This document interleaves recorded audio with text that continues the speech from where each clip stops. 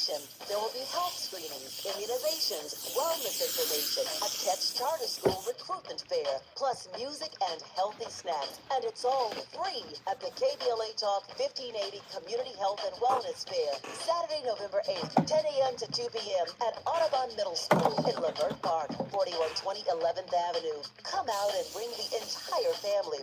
And if you have not yet checked out our KBLA Health and Wellness Hub, you should at KBLA1580.com. KBLA Talk 1580 thanks Catch Charter School, Prudential, Eastside, Hey, what up, Sinai, niece? and St. John's Community Health. At KBLA Talk 1580, we believe that a healthy community is a thriving community. That's right, baby.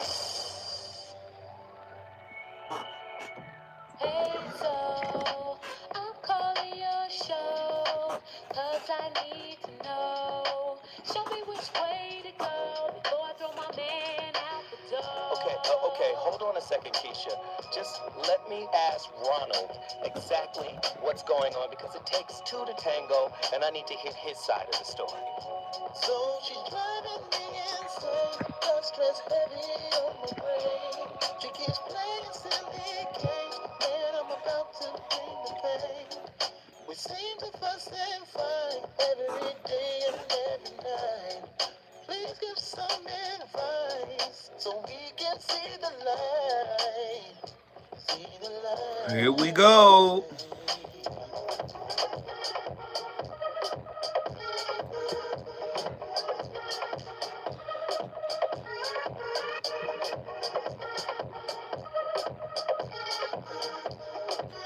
Everybody hit the like button.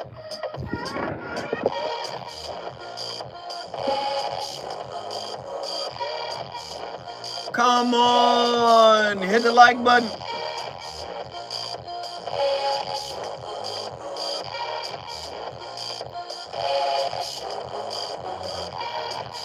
Odara. Elijah.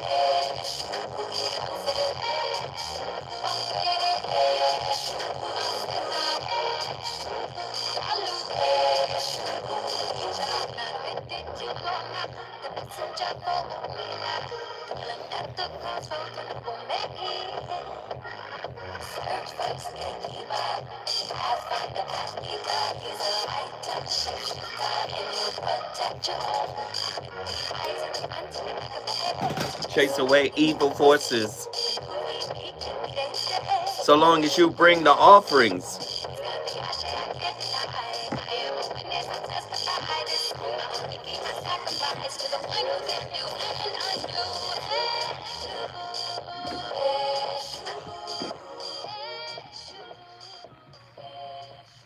Some people only feel intelligent when they're disagreeing with you. Once that disagreement ends, they have nothing left to offer. They have no substance outside of combat, so every interaction becomes a stance they have to oppose.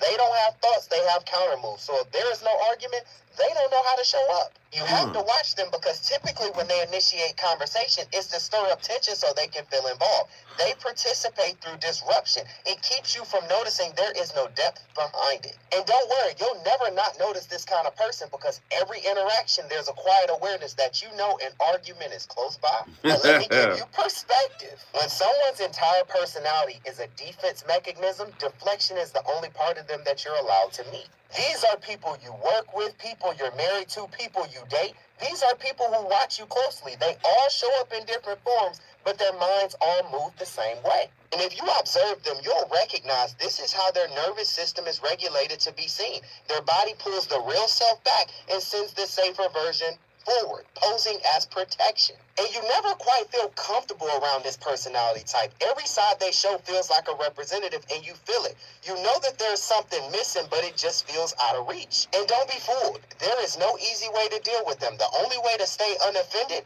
is to let them talk long enough that they start arguing with themselves.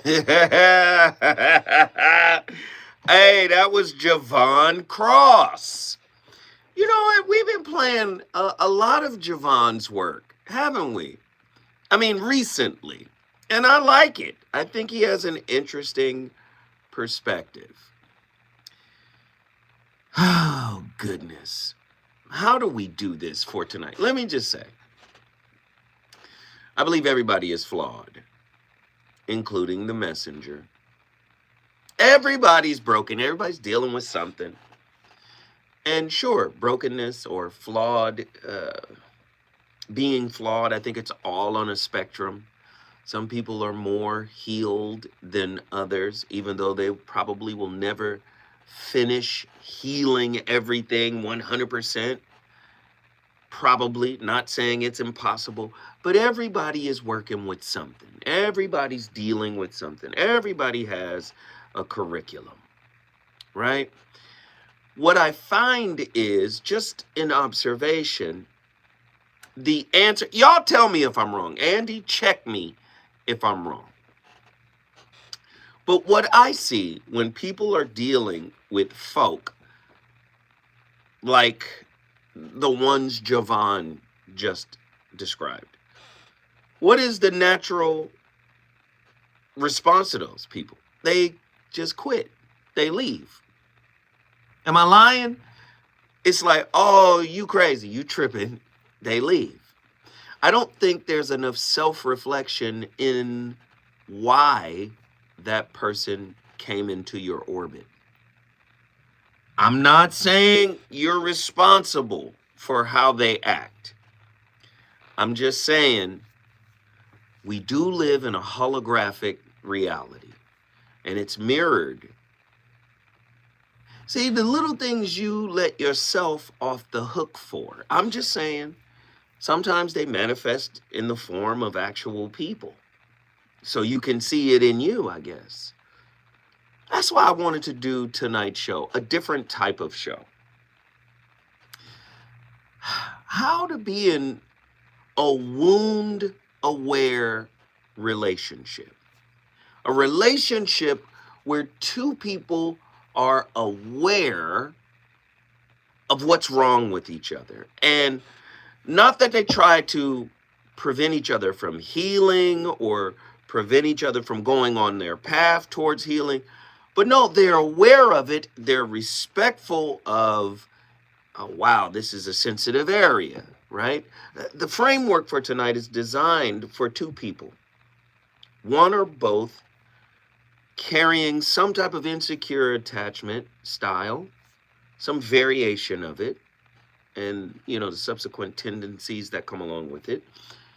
How do those people try to get to know each other at a pace that honors safety while yet still being curious about each other, right? And how do those people who have insecure attachment styles, right, kind of gradually move towards, a trusting nervous system, like building trust so the nervous system can relax, rather than triggering these attachment defenses or falling into what is known as the anxious avoidant dance. It's like a trap. These guys, anxious people and avoidant people, tend to find each other. And then they wonder, like, where's, the conflict coming from? And so I was like, man, we should do a show where we can kind of show how to get on the same page, even though your wounds are diametrically opposed to each other, yet you guys are drawn to each other. You hear people say it all the time, opposites attract, right? The conscious onboarding system for wound-aware intimacy. Imagine intimacy not as falling in love, but as two complex organizations attempting a merger, each with legacy software, glitchy firewalls, and unspoken HR policies written by their childhoods. 1-800-920-1580, the conscious onboarding system for wound-aware intimacy asks a brutal question. How do two nervous systems coded by trauma, could be ACEs, CPTSD, neglect, it could be a myriad of things, right? And there are attachment wounds, the associated attachment wounds that come from that kind of upbringing. right? Create a culture of safety without lying about their damage. It's very important. See, in this instance, attachment styles become less a label and more of a user manual. Hey, I'm dismissive avoidant. Intimacy is tough for me. I'm interested in you, but I'm also interested in finding ways to not run from intimacy. I'm willing to kind of work through some of it. Makes me sick, but I want to understand why that's the case, why I'm like that.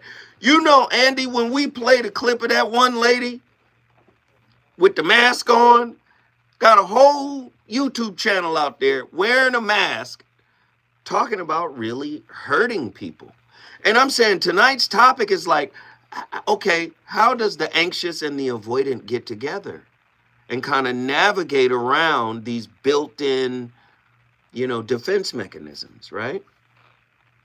Anxious systems, right? People with anxious attachment styles, they tend to interpret listen, anxious folk out there, delayed replies as an existential threat. Like something is wrong because you're not responding to me in a timely manner. Whereas on the other hand, avoidance, people with avoidant attachment styles, for the metaphor we're using here, two mergers of a conglomerate, right? Avoidant systems tend to interpret emotional closeness as a loss of self-sovereignty, a loss of control. But they always find themselves orbiting each other. Why is it that the avoidant is attracted to the anxious and vice versa? Right?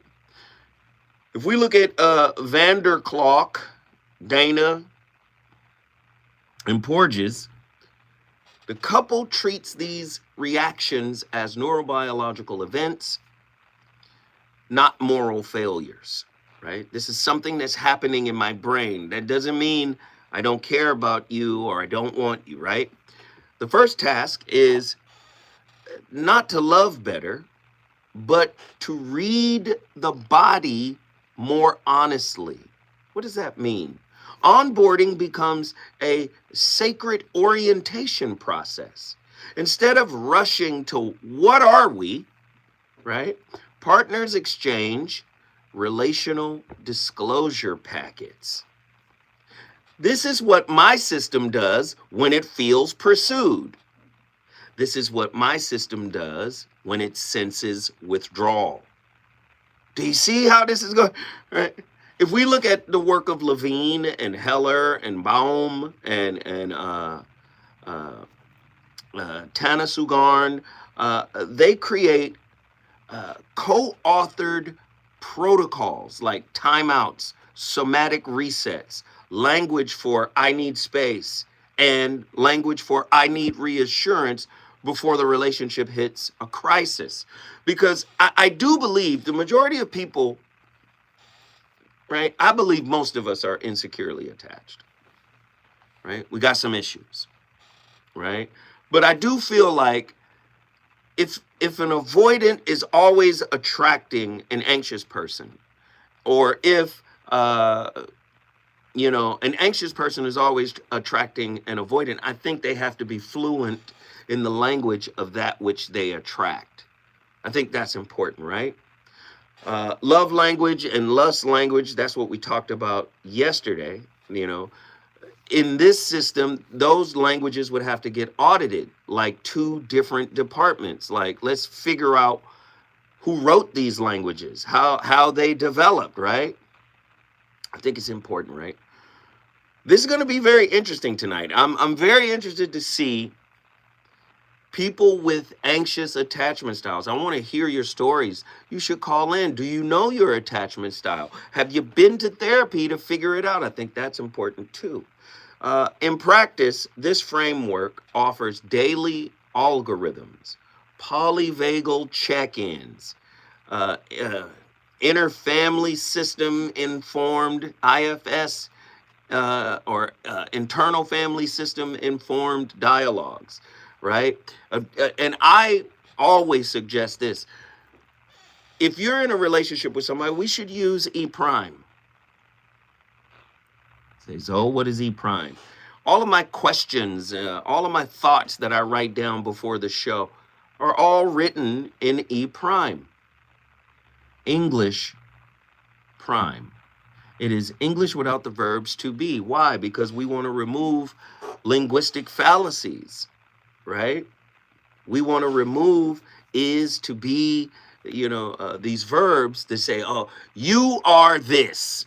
We want to remove that, right? And we want to talk clearly. From my perspective, it appears that you may not want to hear my perspective in totality, but I could be wrong. But from my perspective, it appears that way. Doesn't necessarily mean that that is true, right?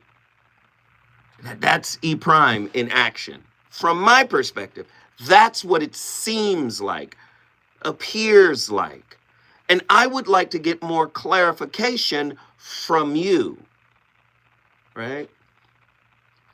So, if you add in all of these checkpoints, maybe two insecurely attached people can onboard each other into their way of being intimate without triggering each other's insecurities.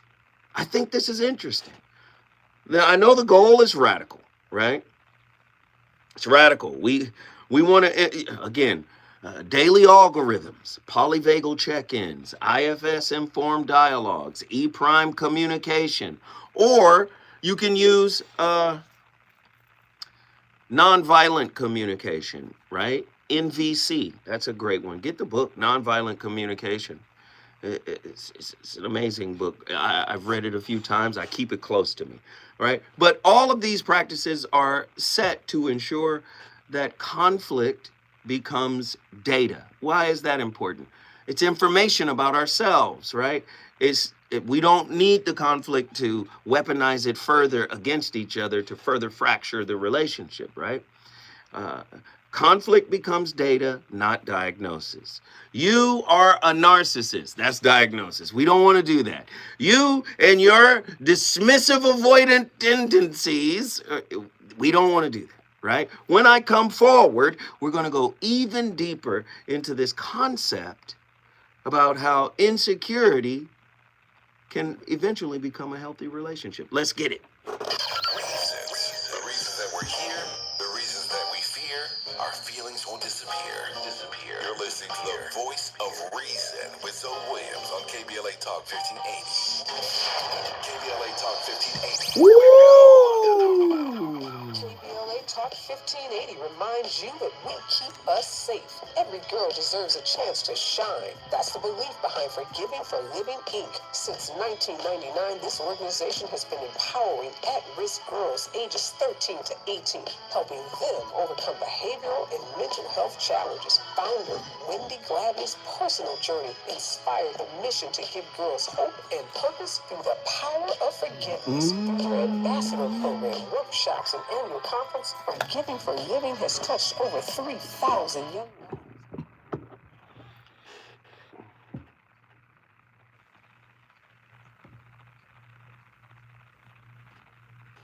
Yeah.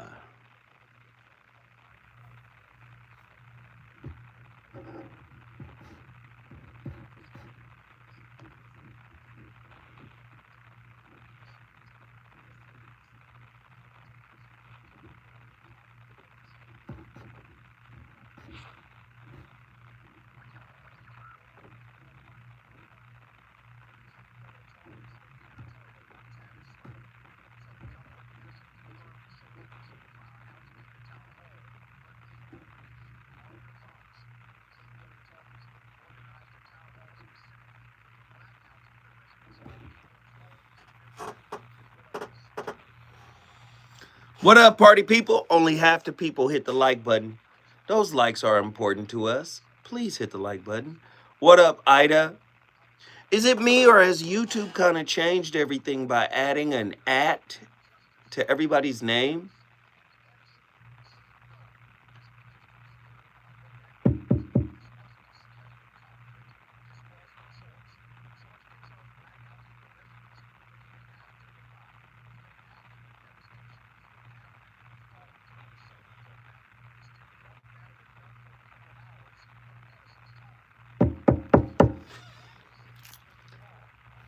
Man, I am so tired. I've been up since 4 this morning. Them workouts is getting crazy. And then the homie is like this. He like, hey, we working on the shoulders, traps, chest, back arm, triceps, biceps, working on the lower body, hamstrings, quads, calves. We working on everything. Now he's like, hey man, when you first came in here a little while ago, man, we used to integrate the core stuff too. Because we'll be doing push-ups, pull-ups, everything. So now he back on his core game. Because I was like, hey man, I fucked around and mentioned something, pardon my language. I messed up and mentioned like, hey, we ain't did the, because he'll have you with the dumbbell. You like, grab that 45. And then we're going to do these, right? We're going to do 4 sets of 40. Where you got the 45 pound and you swinging, but you twisting your body. It's like, that's your core. I was like, because I liked them when we was doing them until, later on, the next day, I'm like, what the fuck? Am I wounded? Did somebody shoot me? I fucked around and asked about that shit today. He like, hey man, before you leave now, after every workout, you got to do 100 sit-ups. That's 300 sit-ups.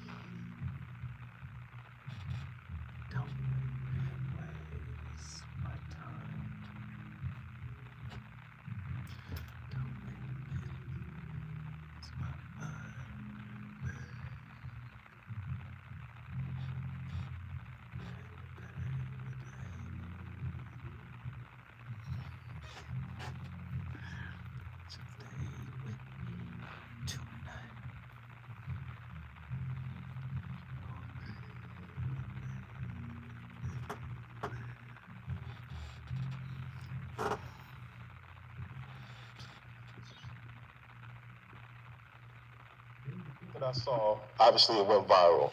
Don't know what happened, don't know what it was. She was crying, you was talking.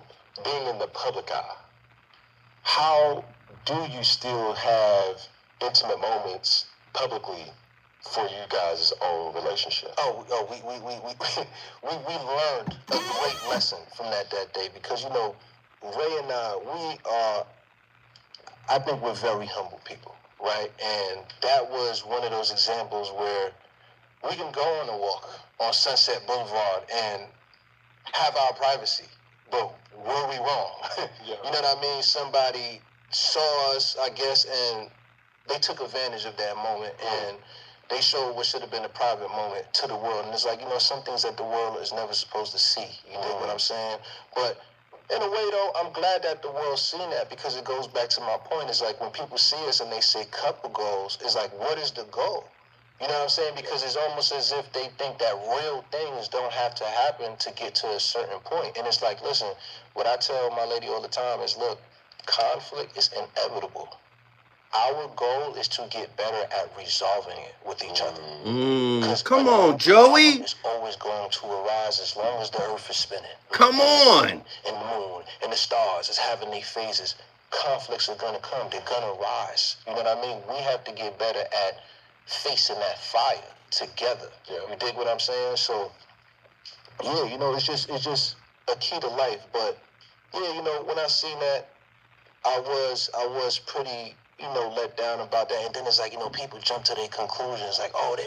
Hey, that was a clip of rapper Joey Badass, and he was on the Cam Newton show, or the podcast that airs every Friday on YouTube.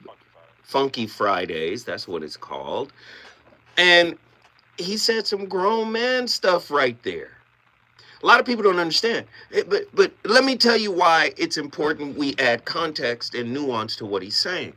Yes, conflict is inevitable. But did you know avoidance truly hate conflict? I'm sorry. But if you don't know that and you think by preaching and proselytizing strength, you got to be strong and we got to have these tough conversations. If your partner is classified as dismissive avoidant, they view conflict as exceedingly problematic. And even the smallest bit of conflict, right? And I'm not having that conversation. I'm not revealing. To them, silence is cool. Not addressing things. I see Cali Soul. Look, Cali Soul. But if you don't know, right, what these conflicts or how these insecure attachment styles show up in relationships, you'll think, oh, they quit on me. But they're literally conditioned and programmed to just, you know, like avoid all types of conflict. Yes, it's unrealistic, but if they have that type of attachment style, that's going to be the issue. When my nervous system equates closeness with survival, anxious, can I recognize that I'm mistaken activation for connection, avoidant? When my nervous system equates space with safety, can I recognize that I am mistaking withdrawal for freedom? When we come forward, we're going to Dallas, Texas. We got to talk about it.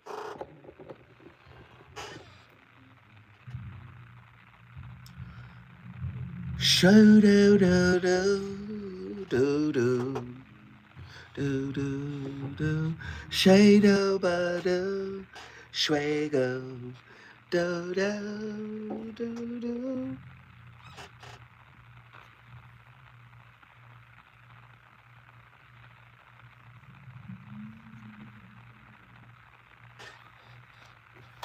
What up, party people in the place to be? It's your brother Z-O without the E. Y'all know what it is. I'm up in here. It's literally my Friday. And I'm enjoying it. Are you enjoying your Friday Eve?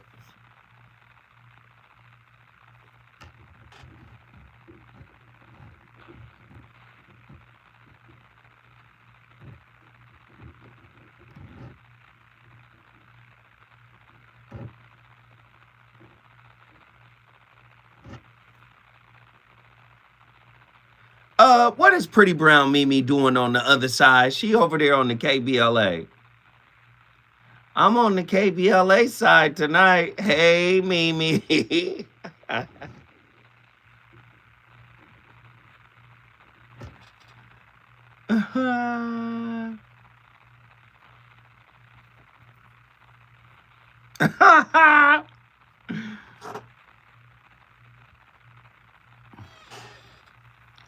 Swing, goom, goom, goom, goom, goom.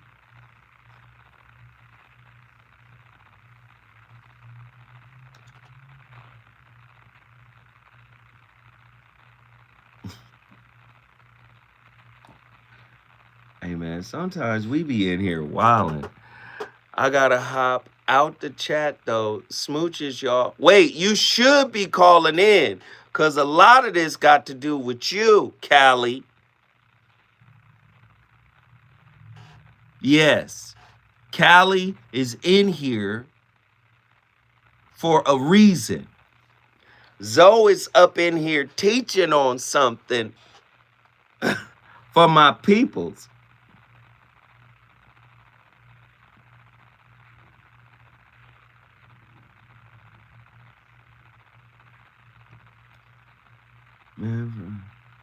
I'm good. I'm all right.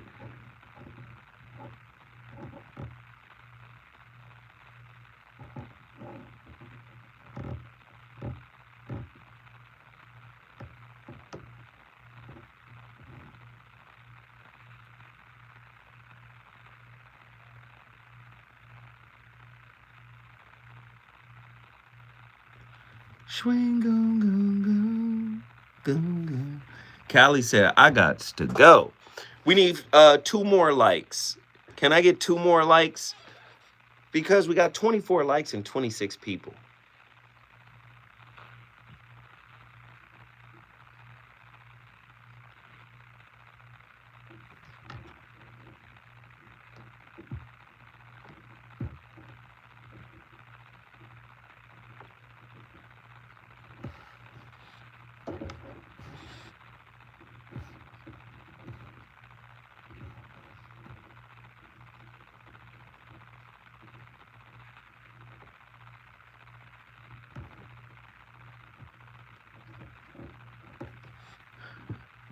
Perfect.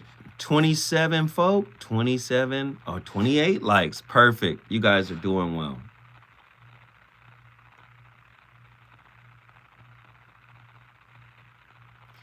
Theo Washington, you should call in. Theo Washington, you should definitely call in. I'll call in though. The chat be having me distracted. I need to hear the show. Sweet baby rays. Tendernism. You should call. That's Callie's new name. Tendernism. Auntie Tendernism. You should call in. So, of course, my daughter was like, yo, Dad, are we going to get in the car and drive down the 405 and get some black diamonds and some tendernism meat? I said, oh my God. My daughter wants to go down there and get some of that barbecue. And my daughter's like, it look good. Let's go. Hey, man. That's my baby boo. We'll get in the car. And now she on these freeways. I'm like, hey. No, that's my, well, she ain't my auntie. No. I'm your uncle. And that's your auntie. Don't mind our business, child. That's how your uncle would talk. Mind your business. What me and your auntie do ain't got nothing to do with your nosy ass. Mind your business. That's what you do. You understand? Auntie Tendernism, get on in there. I'll be in there in a minute. Talking to our niece right now. Now you go on in there and get that envelope your mama left for you. Lock the door when you leave.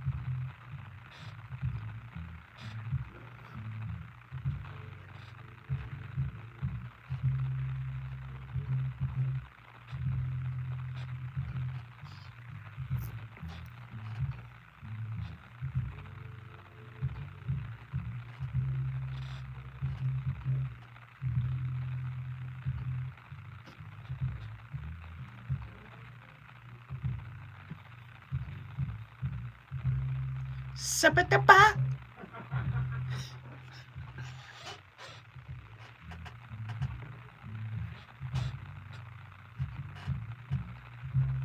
Sapatapa.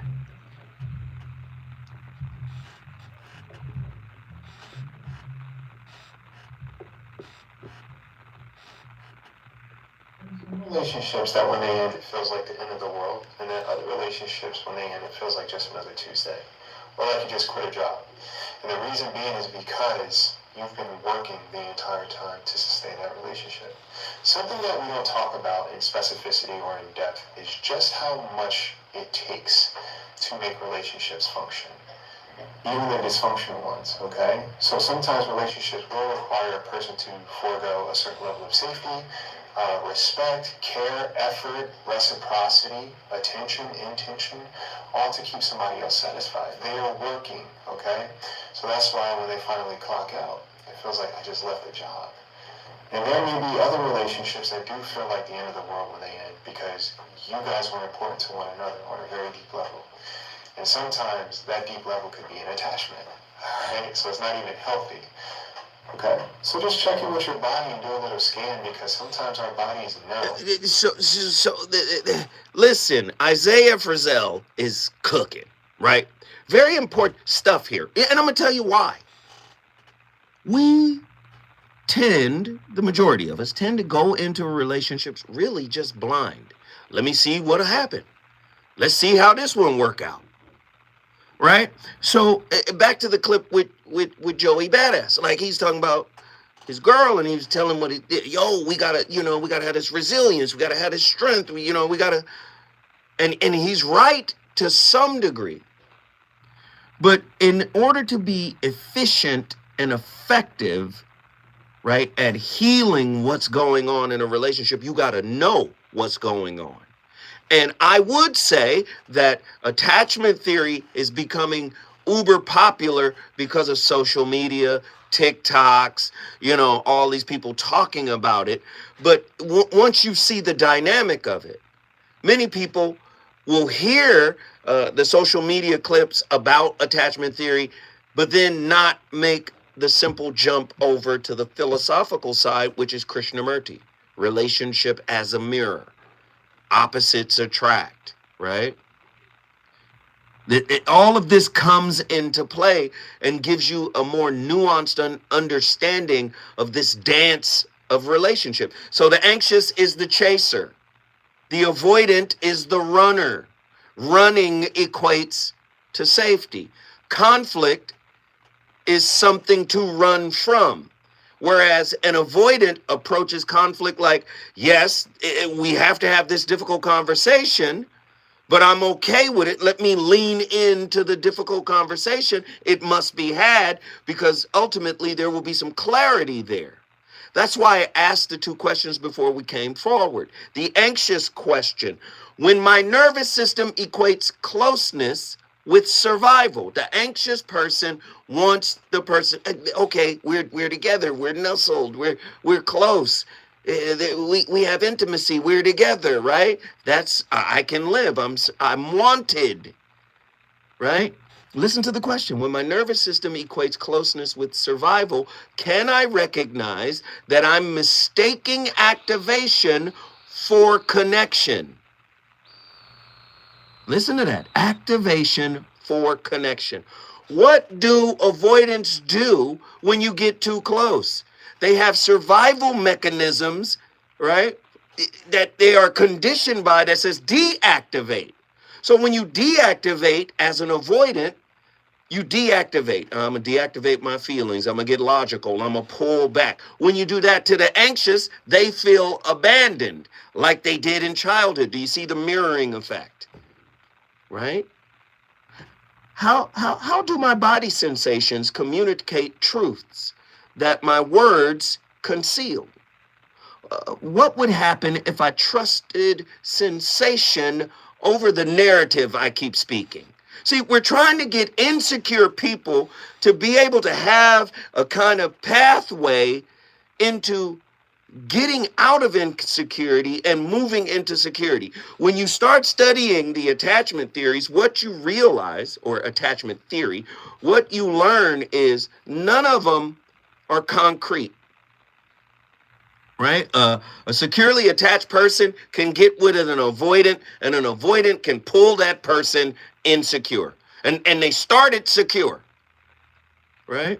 An anxious person can learn and grow and move towards security. All of the insecure attachment styles can move towards security, but they can also swing back. Insecure people can be swung over to the insecure side. This is why a firm knowledge of what you're walking into the relationship is important. It's imperative. You thought I was going to say a firm knowledge of who is coming into the relationship to date you. That's because everything in our society is external. That's why getting is so important. I got to get the right car. I got to get the right job, the right education. I got to get the right man, the right woman. Everything is about getting. I got to get success. It's not embodying, being.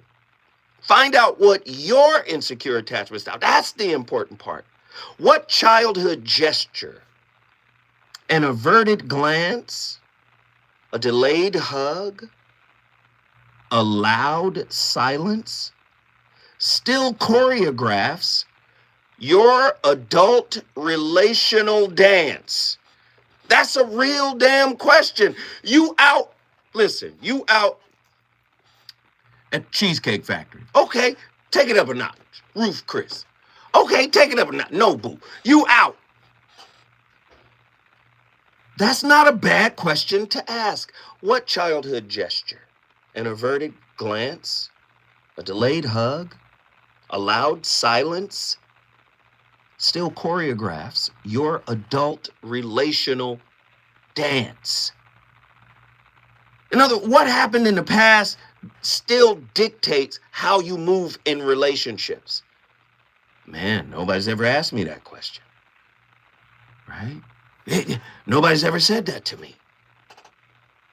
I never thought about it. You know what would be cool? If we both answer that question by journaling about it. And then on our next date, share our answers. Now, of course, this is around date 4 or 5. This shouldn't be date 1. But do you see what I'm saying? Like, if we are committed to the process of getting to know each other, getting to learn each other, we got to see what kind of systems, conditions that we have in place so we can cross onboard each other. I'm onboarding you onto the anxious side. You're onboarding me onto the avoidant side, or the fearful or disorganized. We're onboarding. I'm downloading this information, just like a corporation would do once you get into their system, right? You work there now. You got to understand what's going on. Now, I know I said I would get to the phone calls, and I will. On the other side, it's going to be great. We're going to Dallas, Texas, then Denver, Colorado. Let's get it.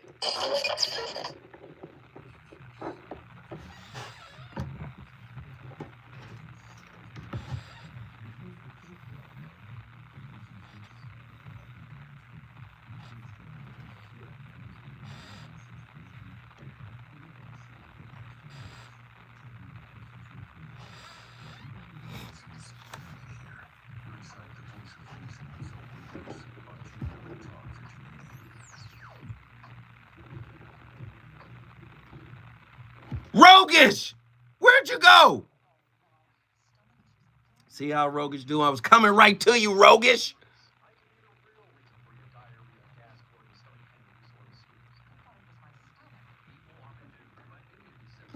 Damn it, Rogish. Did your phone die? Did the battery die?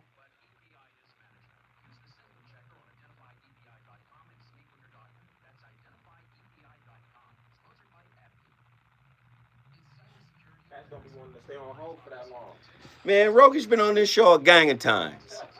He know to get down. You know I gotta set up the topic, Rogish.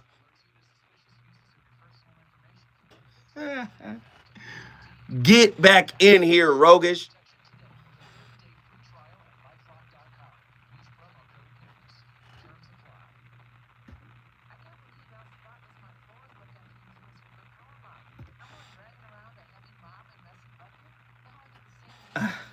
Mimi over there talking about, I missed the behind the scenes of your show, but I'm experimenting over here too.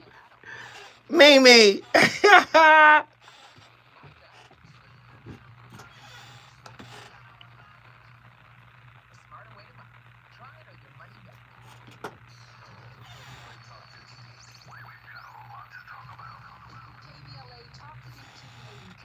Zoe Holiday, what up? Zoe Holiday 149. What up, what up, what up?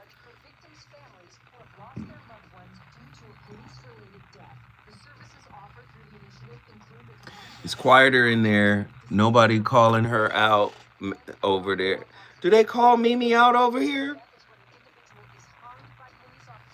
Westside, Bankhead, that's where I'm from. Everything y'all did, been done. Oh, he rapping. Okay. I'm reading it. I didn't know. Every single time. Truemonger. Yes, we do.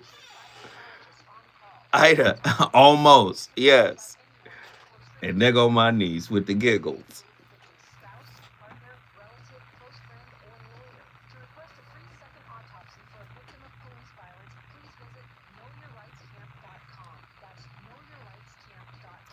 What did you call those exercises where you do with the weights?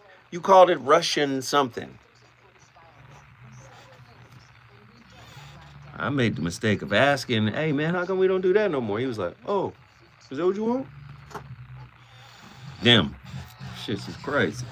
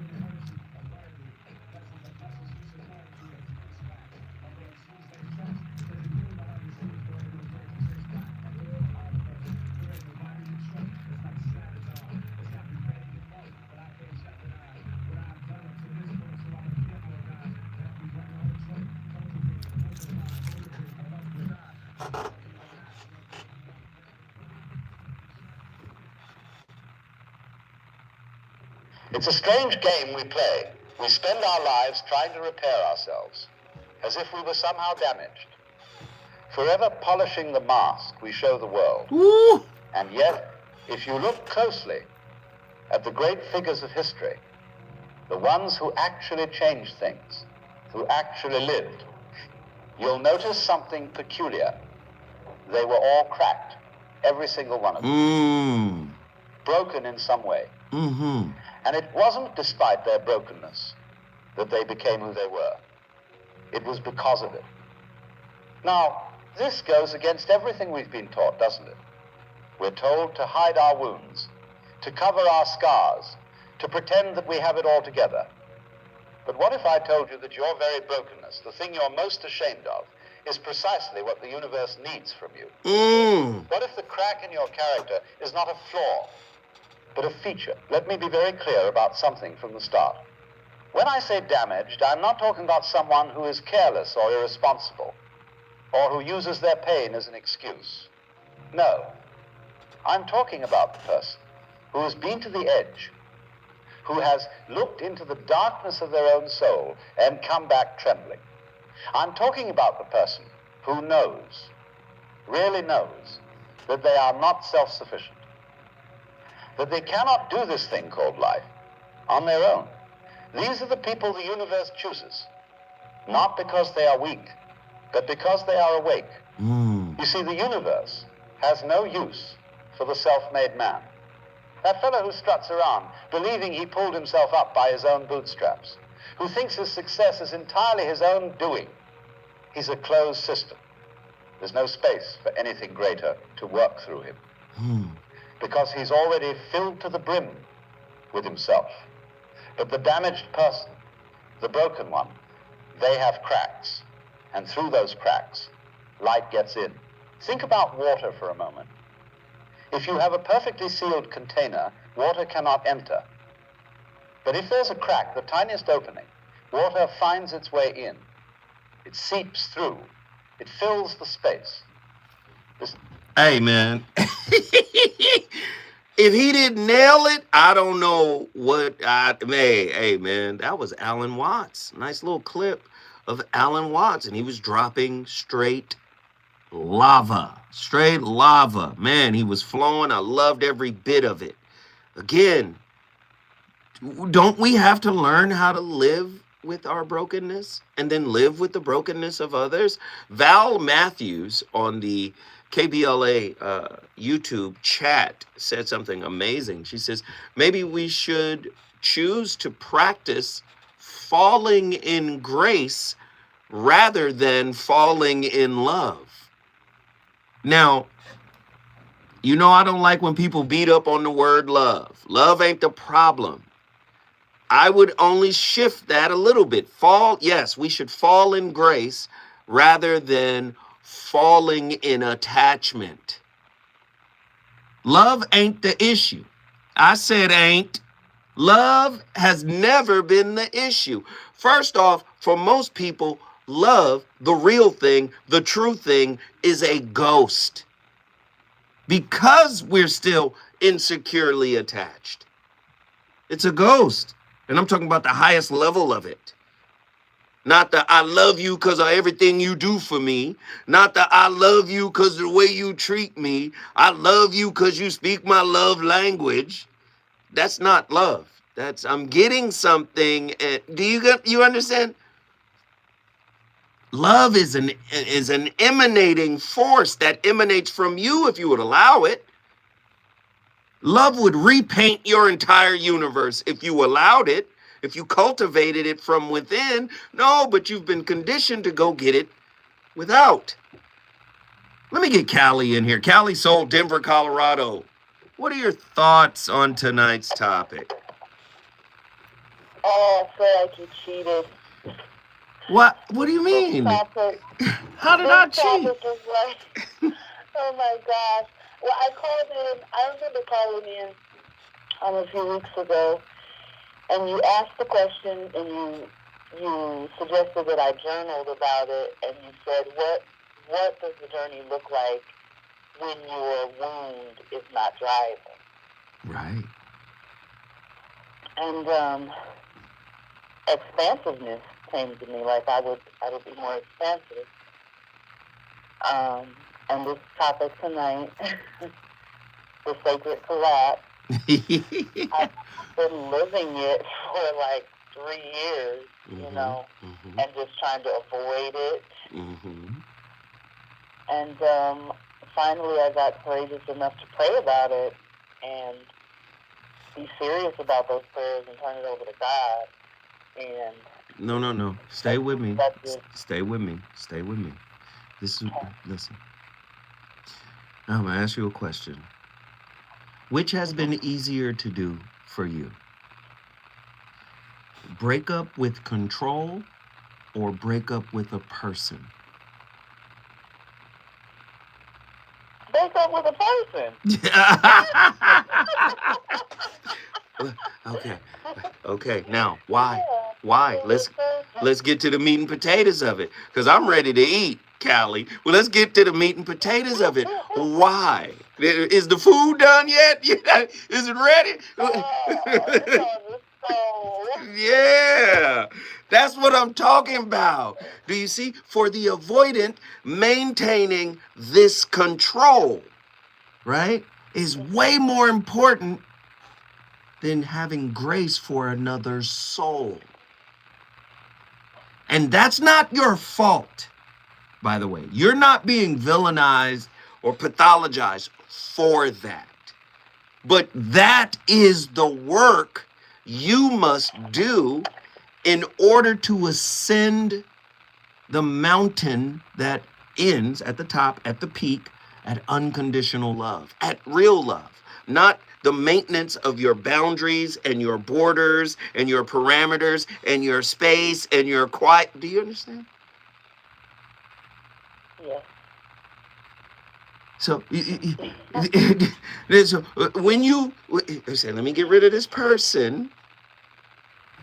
Yes, they're a person. Yes, they have an ego. Yes, they're flawed. Yes, they got their stuff, right? Sure. But are they not a fragment of something greater? So I ask now, are you discarding God to maintain control? Trying to. Then God, it can't be done because he boomerang with another relationship to show right up, right?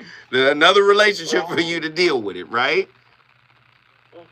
That's why I'm doing this topic tonight, because at some point we have to find a way to be with each other in our incompleteness, in our brokenness, in our fragmentation. We have to be aware enough of it in ourselves to say, hey, these are some pitfalls that I come with, and I'd like to share them with you so we can both navigate around them as I'm trying to heal them.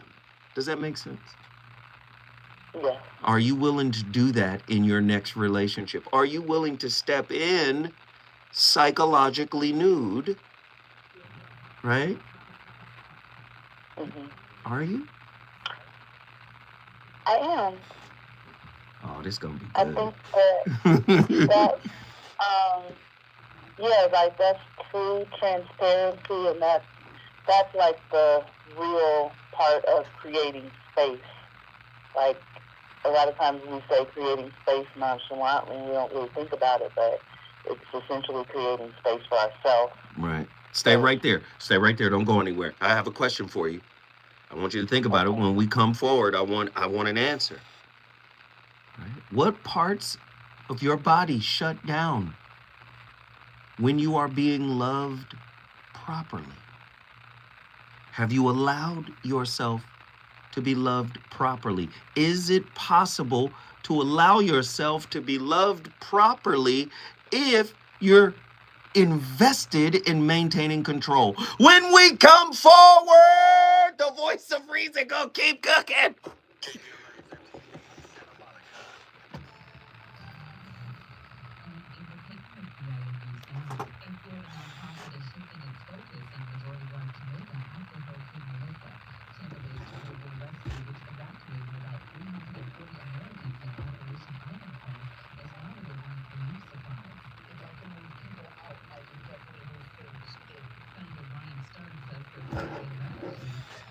Pallets of food and solar chargers. Syracuse, New York Mayor-elect Sharon Owens is set to make history as the city's first black mayor after defeating the avoidant fragments of my widow heart are pleased. And rapper Nicki Minaj is celebrating after former President Trump used her Beats in the Trap What's Up remix in a TikTok with Melania. The rapper has previously praised Trump for speaking out about violence against Christians in Nigeria. Get EIN News now on demand 24/7 on the iHeartRadio app. Compassion sponsorship means food, healthcare, education. Is it right? There are thousands of kids waiting over a year. End their wait. Sponsor a child with compassion today. Is it right? Is it resonating? All you lurkers in the background, is it right? Tenderness. But then they reneged on their promise. KBLA Talk 1580 organized a town hall specifically for Black Altadena residents, people whose homes, memories, and futures went up in smoke when SCE's equipment sparked the flames. This wasn't some ambush or gotcha moment. This was a community saying, we need answers. We need to understand how this so-called fast pay program actually works. We need to know if justice will ever reach us. And Edison said no. Let's be crystal clear about what that means. This wasn't a scheduling conflict. This was a choice that tells Black Altadena residents that even after the fire, even after the devastation, even after admitting fault through the settlement program, they still don't matter enough for a couple of hours of Edison's time. You know what takes courage? facing people you harmed, sitting in a room and yes, live on talk radio with folks who lost everything because of your infrastructure failures and explaining how you intend. What up, y'all? That takes backbone. That's what real accountability looks like. When you're the reason people lost everything, you don't get to cancel on survivors waiting for answers. You don't get to send your regrets to KBLA and call it a day. This is about respect, or rather, the complete lack of it. This is the same pattern of neglect that may have led to the fires in the first place, and now they're doubling down on disrespect in the aftermath. The residents of Altadena have endured enough hell, and now they are navigating the nightmare of settlement claims, trying to understand what they are actually entitled to receive. Southern California Edison, you owe Black Altadena more than money. You owe them your presence, your transparency, your time, and you owe KBLA Talk 1580 a public apology, I might add. And until we get it, I we're might going add. to keep emailing the top dog at SCE, Mr. Pedro Pizarro. His email is pedro.pizarro@sce.com. Pizarro spelled P-I-Z-A-R-R-O. Pedro.pizarro@sce.com. Or you can call 626-302-2255 and then press the number 1. That's 626-302-2255 and then press the number 1 to speak to a live person and express yourself. In the KBLA Talk 1580 editorial, I'm Tavis Smiley, and as always, we welcome your feedback.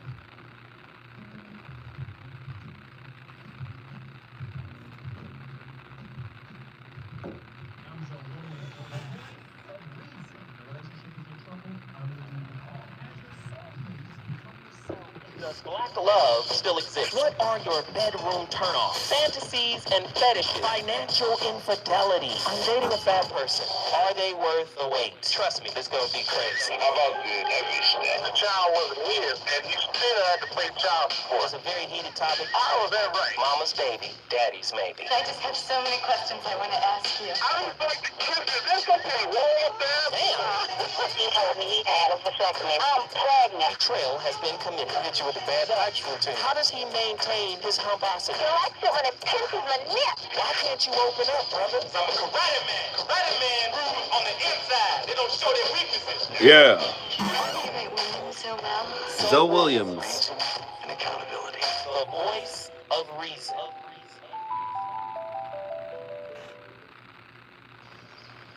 It's mostly man-made. Painting, music, literature, both romantic and factual.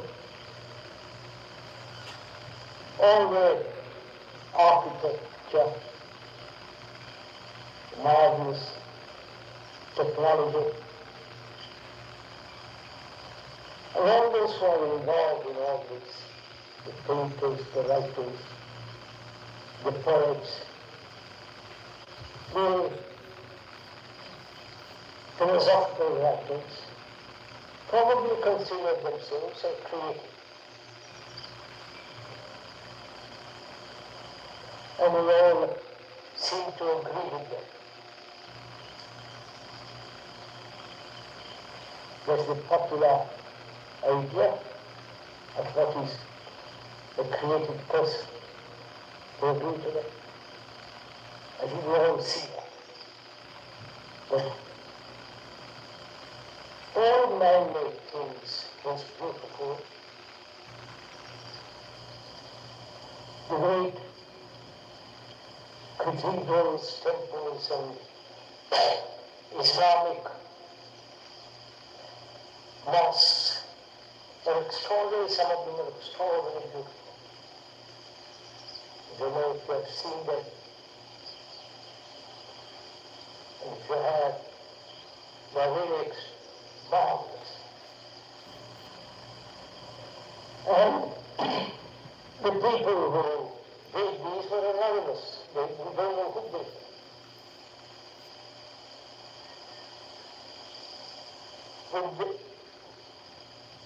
They're only concerned with the right, providing all that. Nobody knows who. But now, the last anonymity is almost gone. Man, I love Krishnamurti. That clip was What is Creativity? And what I love about Krishnamurti's work is he does not allow you to live in an image. Reminds me of Carl Jung's work when he talks about the mask we wear, the persona, right? Krishnamurti mirrors that information when he talks about image. He says, what is a person without their image? And Krishnamurti would say the truth, right? This is about to get deep, man. This is top of the second hour. The first hour flew up out of here.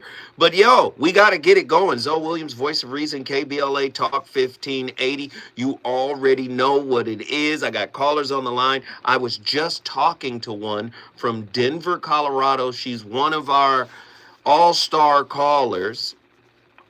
We love her to death because of her transparency, her kindness. She's on the team. She's part of the movement. Callie Soul, back in the building from Denver, Colorado. I asked you a pretty powerful question when we came forward, and now we've come full circle. I would love to know your thoughts. What's your answer for that question? And for people just tuning in right now, the question was, it was asked directly to Callie Soul, what parts of your body shut down when you're being loved properly? And I was like, have you loved properly? Has your desire to maintain control prevented you from being loved properly? That's what I said. Am I lying? Nope. All right. So you got the floor. Tell me, talk to me about that, your answer to that question. So yes, I have had the experience of being truly loved properly. Mm-hmm. And in that experience, I can say the part of me that shut down was the monkey mind, race consciousness, Mm-hmm. and I was able to just relax Mm-hmm. and be loved and receive love, extend love. I like that. I love it. Come on, keep going. Let me get out your business. I'm sorry. You did it. And then at some point, the ego got back in the driver's seat and says that it's too good to be true. And that you should look for the unwinding stitching. And because you're looking for something, you will find it. But it's still a figment of your own imagination. Now, but do you understand how much context you're giving us right now? That's what avoidants do. They will find things to be upset about, to complain about, to critique, so that they can reestablish distance, emotional distance. Keep going. I'm listening to you. I think that's all I have to say for now. Yeah? It's okay. I do. All right. Well, we love you. We appreciate you for giving up all the good game. You pretty much helped a lot of people who didn't know that, But before you leave, guess what you just did, sweetheart?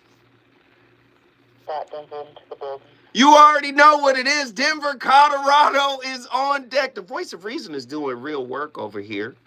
And I appreciate my callers who trust me to talk to them and walk them through the whole situation. It's nothing but love. But I implore you, write these questions down. Right? If you hear me mention a question, you write them down and you do the journaling work yourself. Right? If I love you really means internally, don't leave me. How might my map of love distort the territory of intimacy. See, you hear what I'm saying? If I love you really means don't leave me. Come on, anxious people. You know anxious folk out there. You said you love me, so I equate that to mean you're not going to leave. Let's strip away the protective coating that we walk around in, right? If I love you really means don't leave me, how might my map of love distort the true territory of intimacy? Listen to what I'm saying. How has my family's reward and punishment system trained me to perform affection rather than embody it? Listen. You want to know why there's no real unity in the community? Because there's no real healing in the individual. The individual will always remain a free agent if he doesn't do any healing. Now it's all about what they can get out of it. It's not about what they embody. Let me read the question again. How has my family's reward and punishment system trained me to perform affection rather than embody it? Why would you perform affection? So you could get something. So that makes you subject to a better deal. Uh-oh. Are y'all ready for this work? I am. Yo, we got callers from Los Angeles. Let's get somebody in here from LA. You know I love my Los Angelinos. Valerie from Los Angeles, California. Valerie, what are your thoughts on tonight's topic? Greetings. I was ready for one thing, then you asked that question. That's all right. That's all right. You can answer them both if you like. Ask that question for me one more time. How has my family's reward and punishment system trained me to perform affection rather than embody it? Okay. Now, I did not test myself for my attachment style until after I was out, just about ready to exit therapy for depression. And that was secure. But I can reach back and imagine that I was at least anxious and insecure at times. Though I wasn't tested at the time, I'm pretty sure that's what I was. And that person showed up. I hear you. In choosing my upbringing, punishment was withdrawal of affection, silent treatment. The only way to get attention was to be of service or to do exceptionally well at something.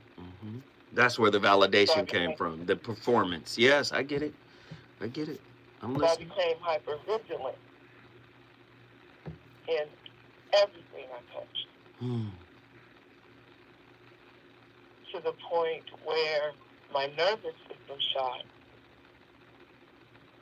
and a seizure disorder developed in my teens. I'm seizure free for 2 years now. God bless. However, my body would shut down whenever emotions grew. I did not know that other people could stop their attack before I seized. Because I grew up around unhealed trauma that just had to be released. Right. So And how is that releasing process going? What are you doing? Are you in therapy, or what are you doing to release it? Because it's important that you, whatever you've been doing to stay seizure free for the past couple of years, you need to keep doing it, right? It's not something that just goes away. You have to keep working at it. So what are you doing? Oh, I have a whole war chest. And I open it up and share it all the time. I did a 10-day absolutely free silent retreat in Central California to learn how to scan my body for sensations of past trauma. Right. And learn how to release it. It's called Vipassana. Everybody thought I was joining a cult. I was just learning how to listen to myself and observe myself and realize that everything arises and passes. Everything. Yes. Yes. So from there, I learned to scan my body for the future and move in ways to avoid the buildup if at all possible.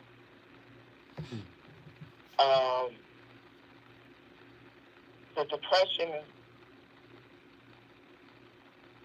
was addressed with art.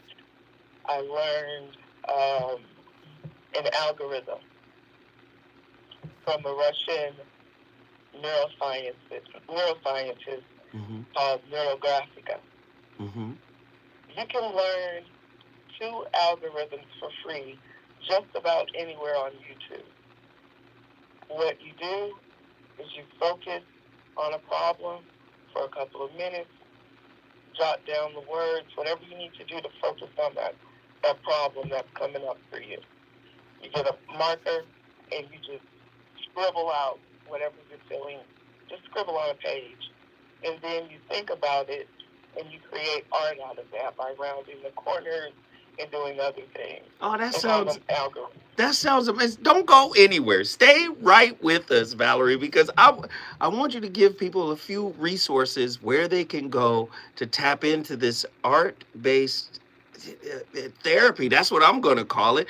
Valerie from Los Angeles is on Complete Fire. When we come forward, she's going to give us a little bit more information about what she does to combat her depression and whatever. We know she's gone through some trauma, some heavy duty trauma. I just love the fact that she is so transparent and open tonight. I'm going to give her a little bit more time on the other side. Man.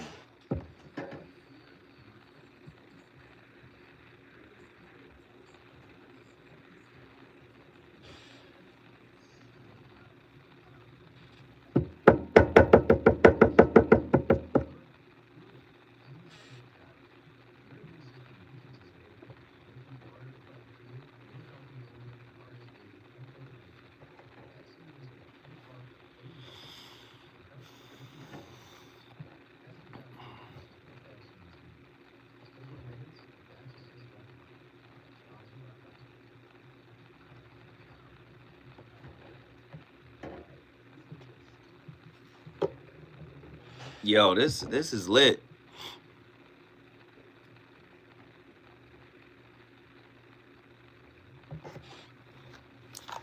What are y'all thoughts on it? Is it good? And where did Roguish? You should call back in, bro.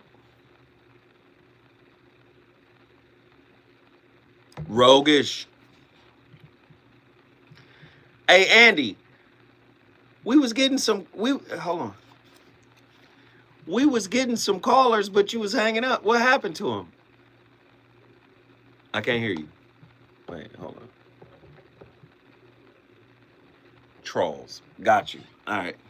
He said, if you ever see that, I'm dealing with trolls. Got you. Yeah, man, I wish somebody would hit that Cash App. I wish. I still got the screenshot of Unk's boodle from the other day. All the phones were unavailable. What is the boodle?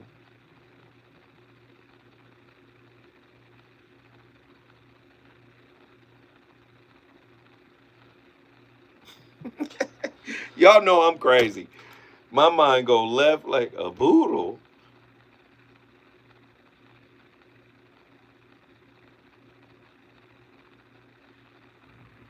A doodle. Fix my glasses. Don't fix my life. Fix my glasses, Ian. A doodle. Tavares! I said a boodle.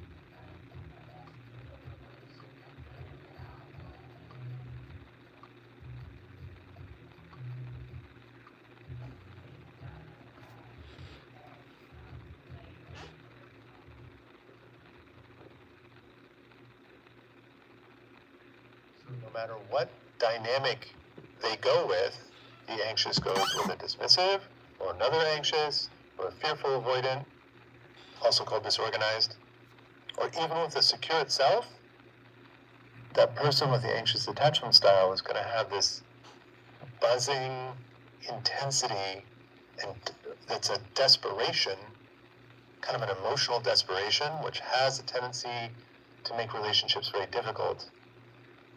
They're not so skilled at inward focus. They're not very skilled at recognizing their own part in relationship difficulties. You see a lot of shaming, blaming, finger pointing coming from people that attachment style, unfortunately. And I'm one of them. I'm actually all of them. I scored even across all insecure attachment styles, but I was primarily anxious in my behavior patterns earlier in my life.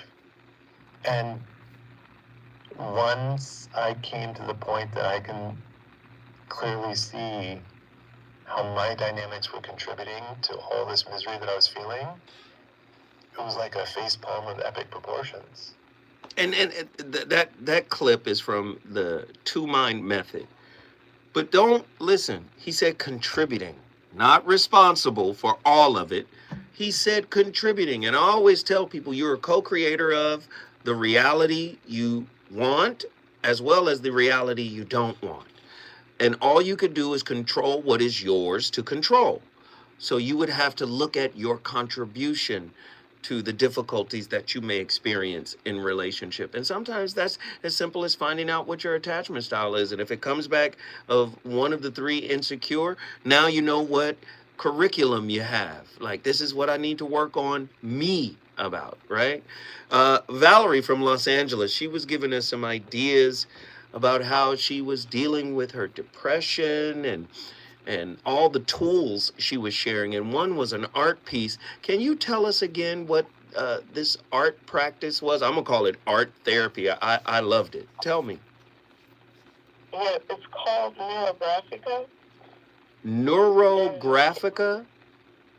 Yes, it's Ooh. very proprietary. Ah. But you can get the first 2 algorithms for free on YouTube. Mm. Anything above that, you got to pay thousands of dollars for. Mm. But it helped you, it works. yes?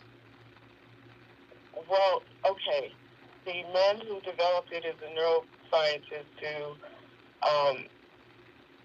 in a nutshell, when we experience trauma the first time, our brain creates a pathway to that memory. Our body, our soul, our neurons remember. And every time we are triggered, it's like that trigger hits that path and journeys right back to that original pain. And it just piles on and piles on until we just don't even remember what it's about anymore. With Neurographica, you just think about what you're feeling right now. All the right now, I just did a really big piece after the election. And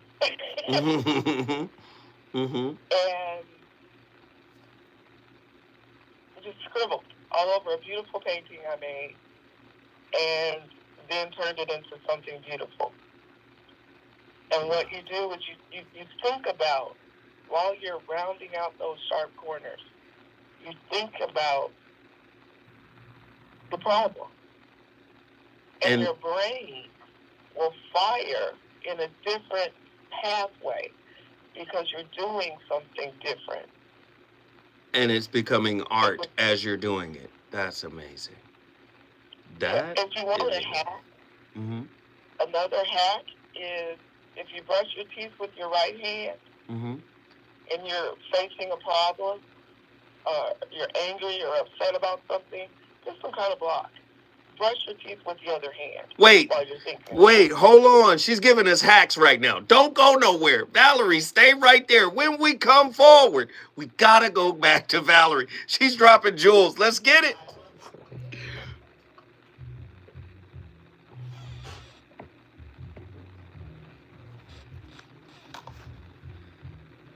Mentally ambidextrous.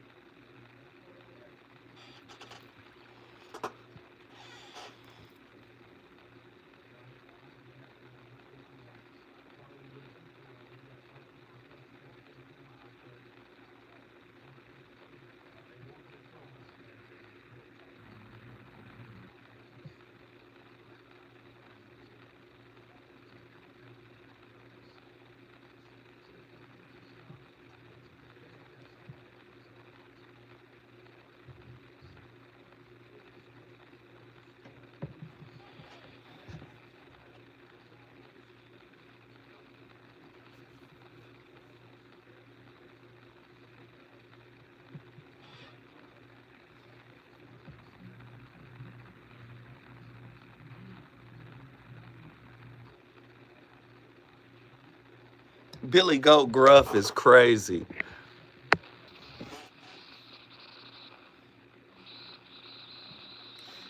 Well, we got one Cash App for tonight. And it was from Cali Soul. So, everybody, please shout out Cali Soul for her Cash App. She sent it. She didn't even send it tonight. She sent it earlier today, like 1:30. But she still sent it, and she called in with an amazing call. So.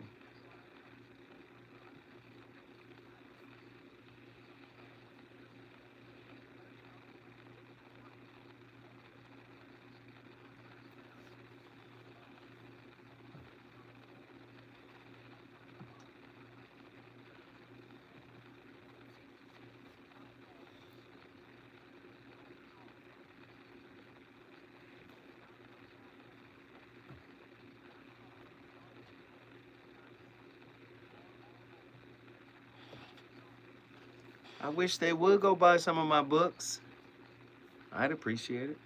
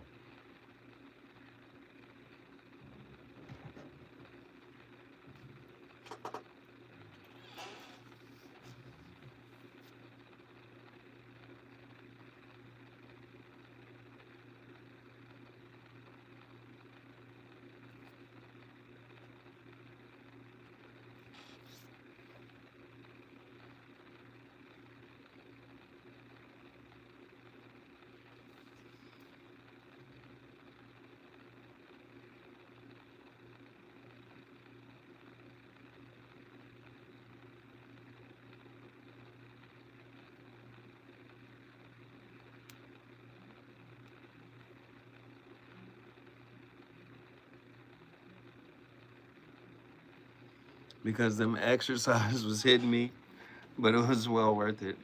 The dismount definitely a slapper. I need at least 2 callers. Can I get 1 or 2 people to call in for the last portion of the show? You already know where we at. I need 2 callers.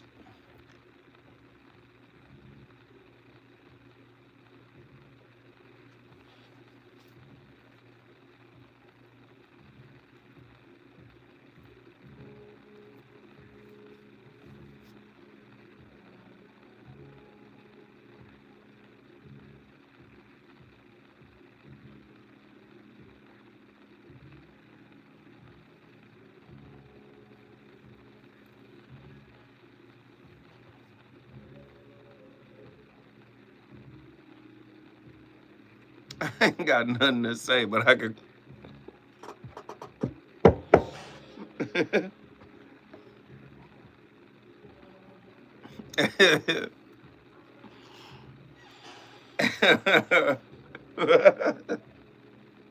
It's funny. I believe it.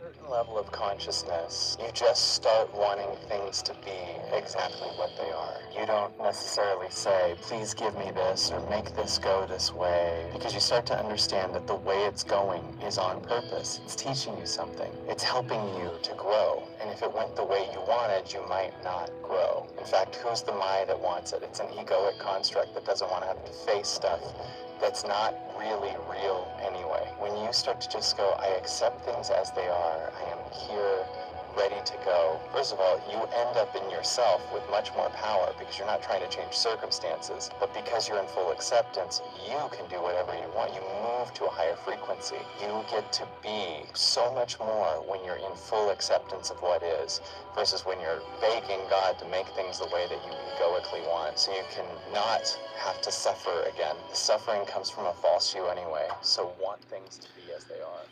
I like Kyle Cease. Andy, what do you think of Kyle Cease? Do you like him? I think he's cool. But sometimes, man, the spiritual talk, it kind of gets people lost. Like, it's not really you. Well, no, but that pain is real. So you can't say, well, that's not really you, and everything is, yeah, but the pain is real, right? The pain that people go through, and I think there should be some grace, for the reality that a person is in. Yeah, you can change it. Yes, you can evolve. You can grow. You can change frequency and vibration. Yeah, you can do all of that. But that's not easy either, and it doesn't happen overnight. And some people might come and say, yeah, I got an overnight trick where you can. Okay, we'll see. Valerie was talking about one of those tricks. She says she got a life hack for us. If you brush your teeth with your right hand, I'm left-handed, so I use my left hand. She said there's something to brushing your teeth with your off hand. Talk to me about this, Valerie. Okay, it's about training your neural pathway to fire in a different way when you think about an obstacle. So you're going to move in a different way while you're actively thinking about it. It's not a hack that happens overnight. Yes, it's right. a practice.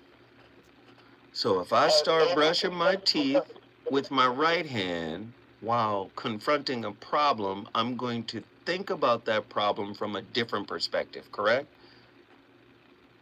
Your body will respond to that problem differently. I love this. Oh, girl, Valerie, you made this show, man. I love what Valerie. Hey, Valerie, you know what? You can call anytime you want to. Guess what you just did, sweetheart?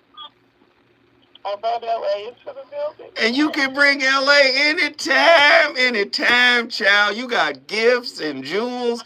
I love it. Thank you, Valerie, for the call. We appreciate it. If you want to bring your city in the building, all you got to do is call me at 1-800-920-1580. Listen, I know people, we struggle with it, right? But there's relationships can be like alchemy, right? And yes, there is the potential of mutually awakening, right? But the only way we can mutually awaken is if we are not shaken by the fear that prevents us from revealing our true selves as we are, right?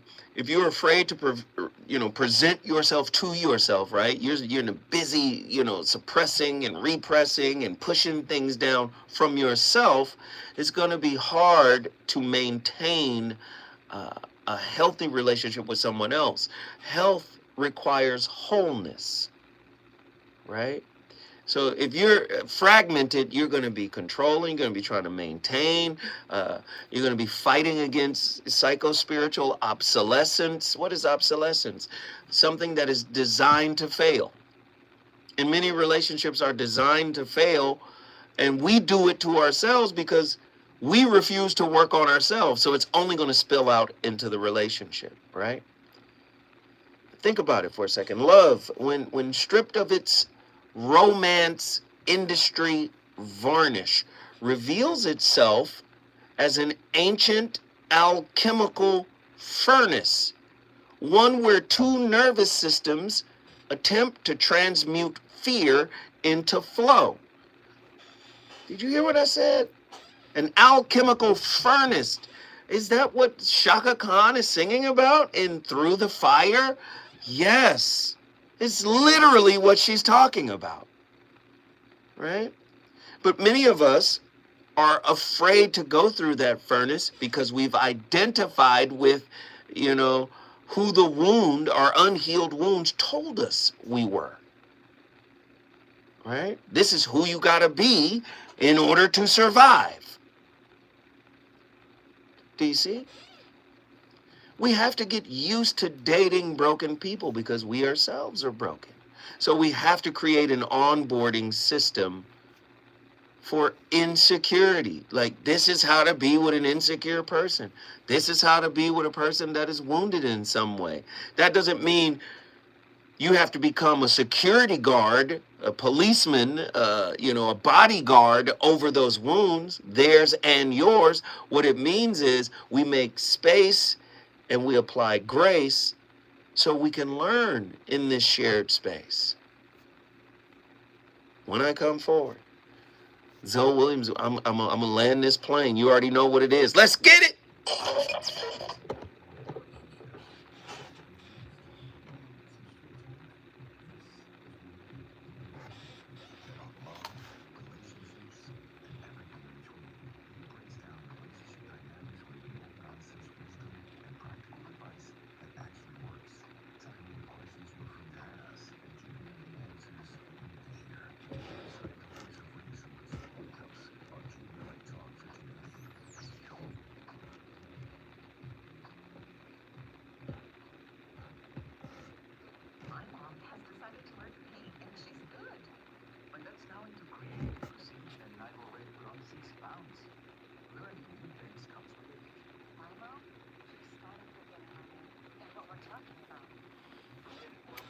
I don't have any more callers. Can I get one caller?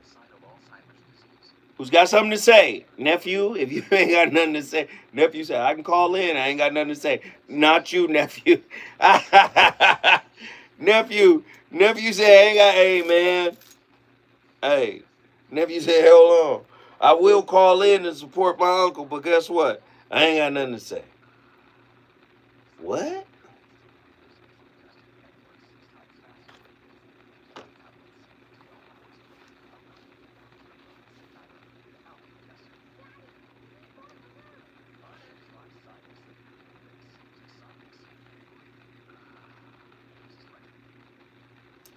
No, that's my hoodoo bag. Precious made it for me. Precious keep coming here, adding stuff to it. It's fat. I can't put nothing else in here.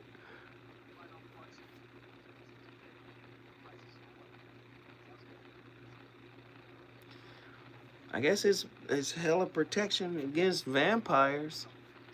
I saw the movie.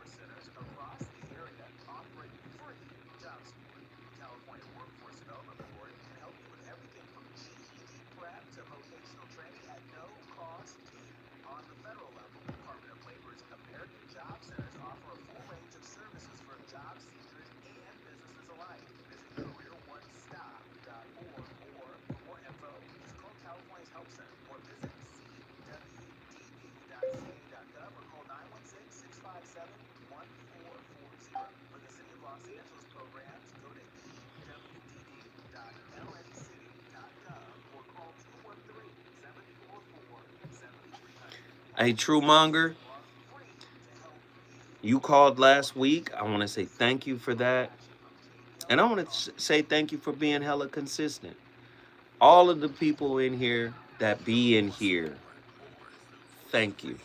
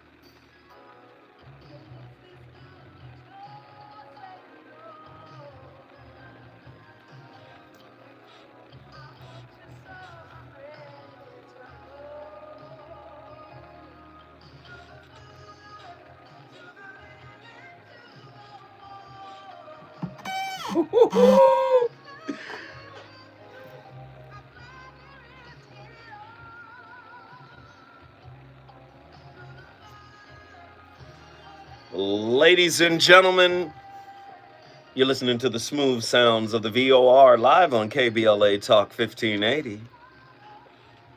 Yeah. Hey, man. You know, Shaka's pitch perfect, you know. Hey, we love it. And the song is apropos for tonight's topic. Now, listen, I know sometimes these topics can be difficult to digest, right? We're covering the spiritual side, we're dabbling in the clinical side, the empirical side, like the anthropological side, the sociological side, the humanities. We're covering so many areas as it pertains to relationship, and I believe it's important.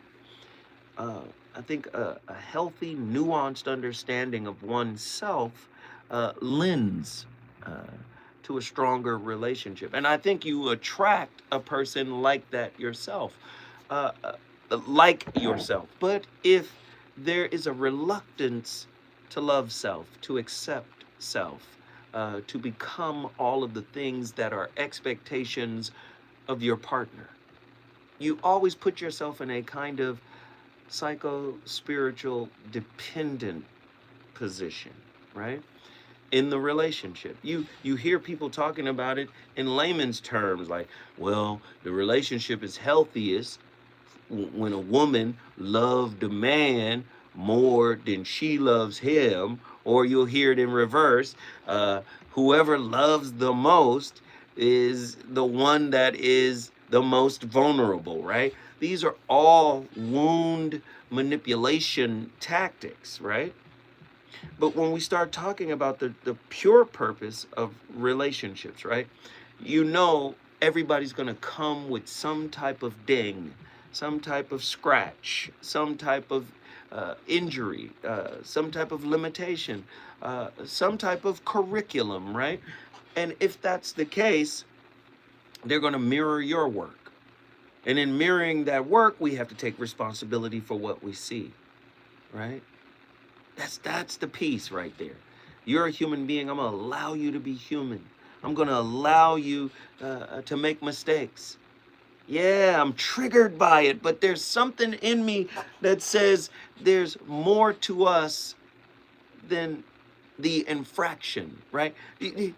Like speaking to Callie Soul earlier, when I said, you know, which is easier for you to do? You discard, throw away the person, which is a soul, and or kind of like deal with you. And it's like, no, throwing away the person is easier. And we live in this type of society, right? That's why I wrote the topic tonight the way that we did, right? The alchemy of mutual awakening, right?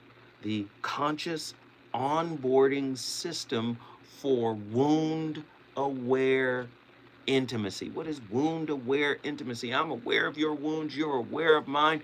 You're aware of how I respond in certain situations. I'm aware of how you respond in certain situations. And we walk each other through this, kind of crucible in an attempt to change, to heal, to love, right? I'm going to say it again. Love, when stripped of its romance industry varnish, reveals itself as an ancient alchemical furnace, one where two nervous systems attempt to transmute fear into flow. Babette Rothschild, you hear me talk about her all the time. Of course, she wrote a book that I love, that I recommend everybody reads. It's called The Body Remembers. She says she reminds us that the body is the first biographer of every betrayal, of every freeze, of every fawn or flare, right? It's a footnote in the flesh, right? The body is a storage system. When you're dealing with another person, they've got stuff stored.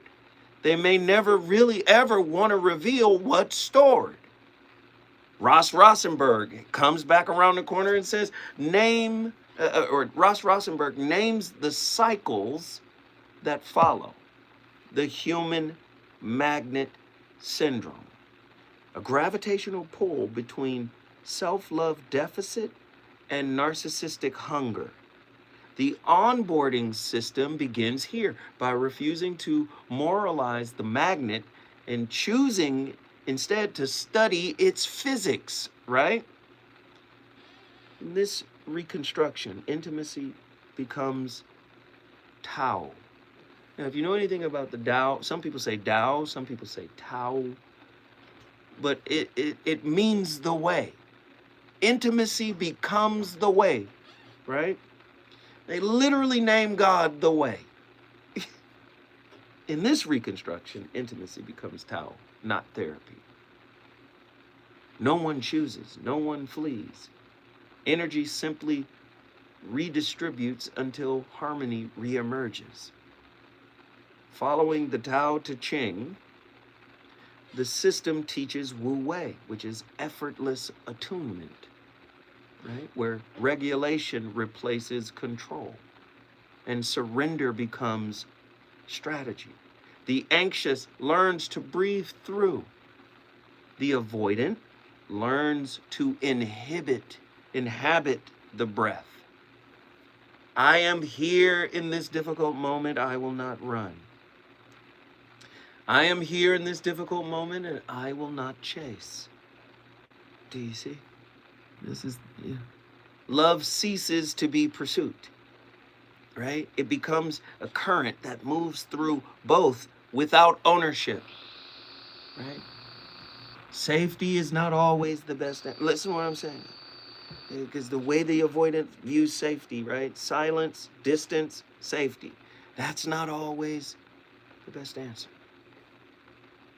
Sometimes I have to lean into a difficult moment with my partner, right? From Carl Jung's lens, every partner is a projection of the self unclaimed, right? The self's unclaimed archetype.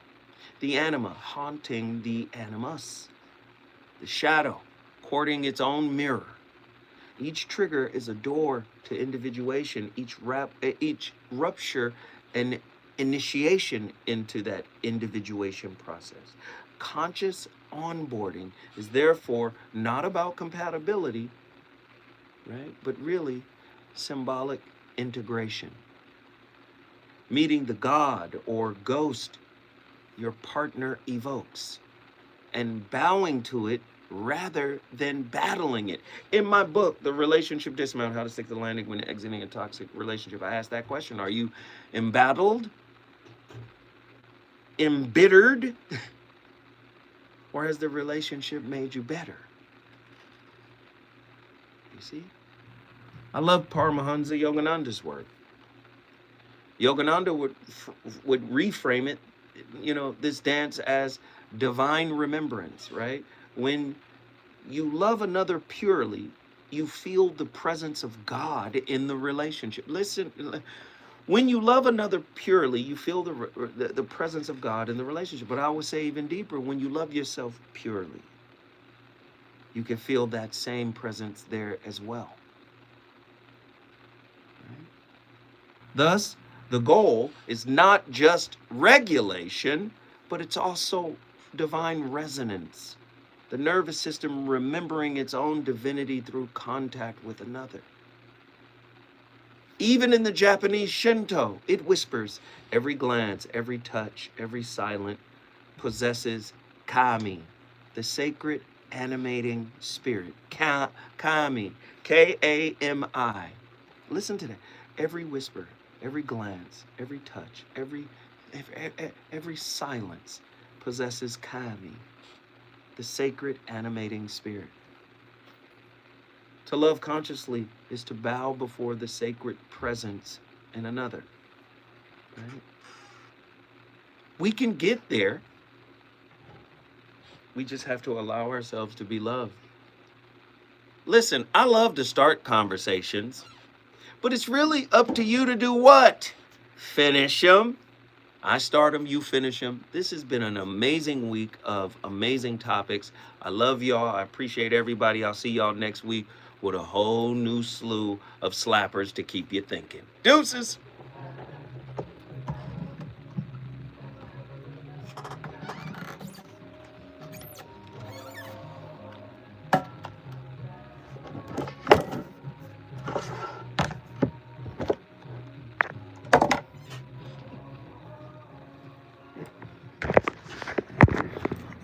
Love y'all. Great stuff. Love y'all. Appreciate y'all. Deuces.